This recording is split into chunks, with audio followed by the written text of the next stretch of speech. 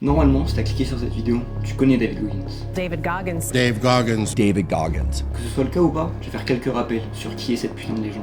Il est né en 1975, à Buffalo aux États-Unis. C'est un enfant afro-américain, donc forcément il sera harcelé pendant son enfance pour sa couleur de peau. Et en plus de ça, son père l'exploite et il tabasse sa famille quand il en a l'occasion. Après avoir fui son domicile avec sa mère à seulement 8 ans, il va développer des traumatismes qui vont le rendre extrêmement mauvais à l'école, lui faire développer un surpoids puis de l'obésité vers le début de sa vie d'adulte. Tout ça cumulé avec une dépression et un travail de merde en tant qu'exterminateur de cafards. Mais à 23 ans, après avoir vu un reportage sur les Navy Seals à la télé, les unités de l'armée américaine les mieux entraînées et les plus disciplinées des États-Unis et même du monde, une flamme va déclencher en lui, celle de la volonté de devenir meilleur. Il se met à enchaîner les performances de fou. Seul au monde à avoir terminé l'entraînement des Navy Seals, des Rangers et de l'US Army. Record de traction en 2015 avec 4025 tractions en 17 heures. Adepte de marathon, ultramarathon et même de triathlon, il devient une machine de guerre qui a su dompter son esprit. Si tu veux plus t'intéresser au personnage, ce que je te recommande fortement, tu peux acheter ces 2 livres qui sont des masterclass. Mais maintenant on va se pencher sur une partie plus sombre de la mentalité de David Goggins. Et honnêtement, il a l'air vraiment d'un fou quand on le connaît pas. David Goggins a fait des ultramarathons comme je l'ai dit précédemment. Mais en plus de ça, il a un énorme ego. En tout cas c'est comme ça que moi je vois les choses. Pour sa première vraie course, où il devait faire 160 km en 24 heures, il s'est présenté avec seulement des crackers et des boissons protéinées. Et personne n'a cru qu'il allait finir à temps, ou même juste finir, surtout en arrivant avec aussi peu de connaissances sur la course. Au final il a réussi, mais il s'est littéralement pissé dessus du sang et il était incapable de bouger. Avec le temps et les nombreuses, très nombreuses courses qu'il a fait, et tout le stress qu'elles ont causé, il s'est détruit la thyroïde, l'organe qui gère le bon fonctionnement du métabolisme, ce qui a failli lui coûter la vie. Avec ses 3 tentatives pour le record du monde de traction, il s'est déchiré les mains à un niveau inimaginable.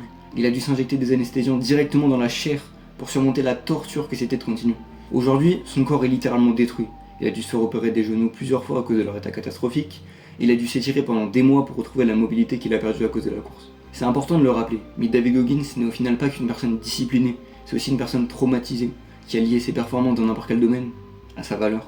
Maintenant t'as une idée de qui est ce monstre, et avec ce que je viens de dire, on dirait presque que je le déteste. Alors qu'au contraire, je trouve que c'est un individu incroyable qui m'inspire chaque jour quand j'ai pas la motivation. L'objectif de cette vidéo va plus loin que les critiques, c'est de dire pourquoi David Goggins devrait être pris comme une inspiration, et absolument pas comme un exemple. Certes, il a fait des choses parfois stupides qui auraient pu le tuer, mais il a réussi à se sortir de ces situations de merde. Sa transformation d'obèse exterminateur de cafards à légende de la discipline et conférencier de renom n'est pas normale. L'info la plus folle sur lui, c'est qu'il a couru ses premières courses avec la drépanocytose, le phénomène de Raynaud, et surtout un putain de trou dans le cœur. Alors que des gens en parfaite santé en seraient incapables. C'est de ce dépassement de soi et du fait qu'il allait à l'encontre de sa propre destinée qu'il admirait. Et c'est la source de sa légendaire règle des 40%.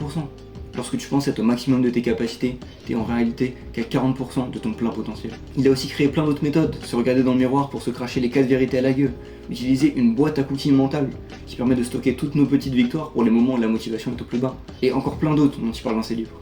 Et c'est en ça que David Goggins est une inspiration pour beaucoup, et qu'il a probablement sauvé plus de vies que n'importe quel médecin sur Terre, car il a prouvé que tout est possible si on s'en donne vraiment les moyens.